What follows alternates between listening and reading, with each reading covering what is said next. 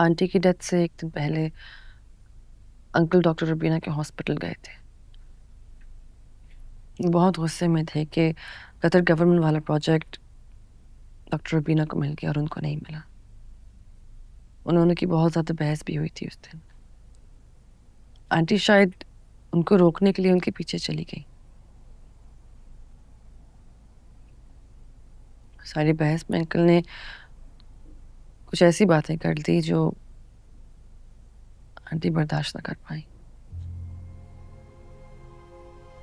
क्या बातें थी? आंटी जब मुझे डॉक्टर रुबीना के हॉस्पिटल लेके गई थी तो उन्होंने मुझे बताया था कि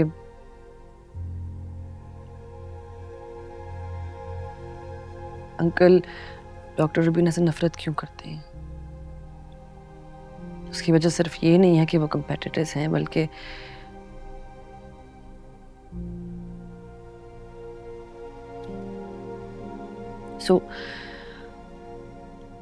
मेडिकल कॉलेज के ज़माने से अंकल और डॉक्टर रुबीना एक दूसरे को पसंद करते थे। डिग्री के बाद डॉक्टर रुबीना को स्पेशलाइजेशन के लिए बाहर जाना था, जिसकी वजह से उन्होंने अंकल का प्रपोजल रिजेक्ट कर दिया और अंकल ने ईगो में आके आंटी से शादी कर ली। लेकिन शायद इस बात का रिग्रेट उन्हें जिंदगी भर रहा। उन्होंने गुस्से में आके डॉक्टर रुबीना के सामने ऐसी सारी बातें कर दी कि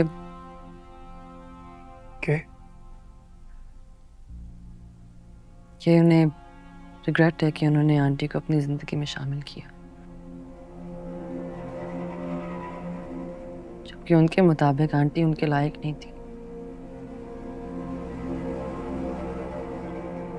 कि उनकी जिंदगी सारी ज़ाया हो गई आंटी को वैसा लाइफ पार्टनर बनाते बनाते जैसे उनको लगता था कि वो डिजर्व करते हैं। ये बात आंटी ने सुनी और ऑब्वियसली वो सह ना सकी, क्योंकि असल में तो उनकी जिंदगी ज़ाया हुई है ना।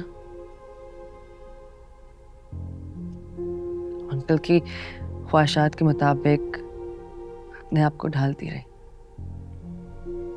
और आखिर में हाथ में कुछ भी नहीं आया।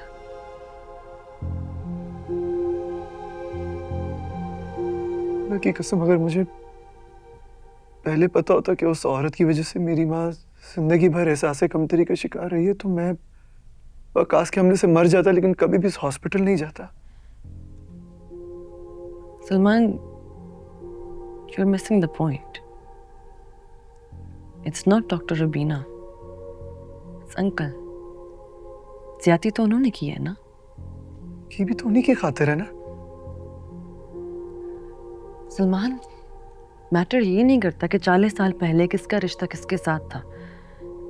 मैटर ये करता है कि आपने अपनी ईगो को सेटिस्फाई करने के लिए एक इंसान से शादी की, उसको अपने आइडियल के सांचे में ढालते रहे और मोहब्बत तक ना दे सके।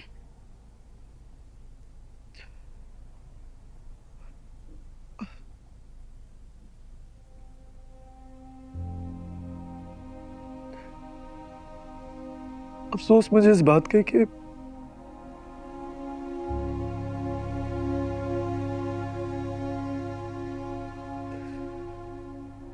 बेटे सब कुछ कैसे झेला होगा, कैसे इतनी तकलीफ सही होगी। उनका दिल पड़ गया होगा, वो जान से ही चली गई।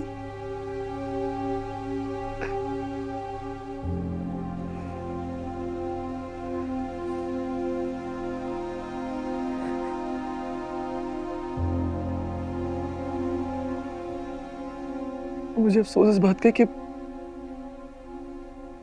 उन्होंने तुम्हें सब कुछ खुद बताया। तुमने तब भी वो हॉस्पिटल ज्वाइन कर लिया। वो तो तुम्हारी ख्वाहिशें पूरी कर रही थी ना, तुमने एक बार भी उनकी फीलिंग्स को नहीं समझा। क्या?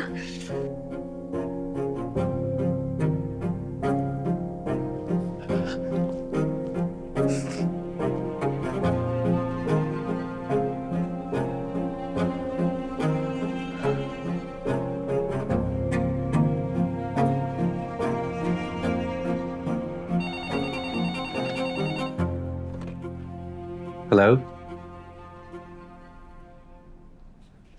लेकिन उनका केस तो मैंने खुद वेलफेयर डिपार्टमेंट को रेफर किया था। अच्छा, चलें भेजें उन्हें अंदर।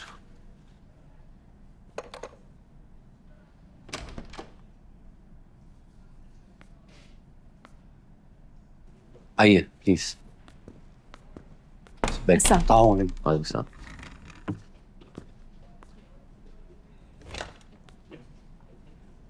आप लोगों का केस मैंने खुद वेलफेयर डिपार्टमेंट को रेफर किया था। आपकी वहाँ राहत साहब से बात हुई थी? जी उनसे मिले थे हम डॉक्टर साहब, उन्होंने हमारे केस को रिजेक्ट कर दिए। रिजेक्ट कर दिया? डॉक्टर साहब, आपको मेरे बेटे का सारा केस पता है। मैंने बड़ी मुश्किल से जैसे जैसे कर करा के यहाँ सारे टेस्ट करवाए हैं। अब मैं नई तरीके से दूसरे हॉस्पिटल में टेस्ट नहीं करवा सकती। आप प्लीज परेशान मत हो, मैं कुछ करता हूँ। 2-3 दिन दीजिए, मैं खुद आपकी कॉल करके अपडेट करूँगा, ठीक है? जी जी बहुत शुक्रिया, एहसान होगा आपका हम पर सारी जिंदगी। नहीं नहीं, ऐसी कोई बात नहीं है, it's my job. Thank you doctor साहब। डॉक्टर साहब, बहुत Thank you.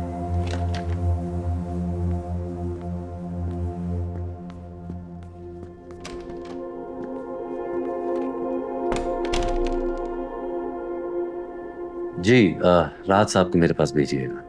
Thank you.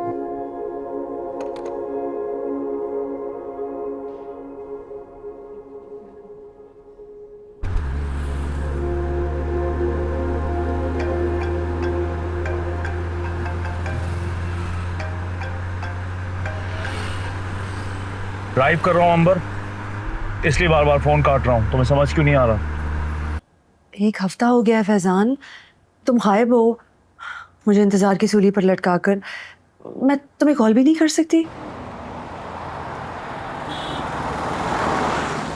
My mother's just died. Do you have any idea what I'm going through? तुम्हारा गम बहुत बड़ा है, मैं समझ सकती हूँ, पर मैं क्या करूँ? पता है, मुझे तो लगता है ना मैं इधर की रही हूँ ना उधर की। You know I have limited time to fly ना। अंबर, मैं अपनी माँ की मौत के 7-8 दिन बाद अपने घर वालों को अकेला छोड़कर तुम्हारा हाथ पकड़कर नहीं भाग सकता। ओके? मामा का क्लिनिक है, मैं ना भी इतनी जल्दी फ्लाई नहीं कर सकती। उसको क्लिनिक जाके सब कुछ संभालना है। It takes time. फैजान, मैं बिना के बारे में तो बात भी नहीं कर रही।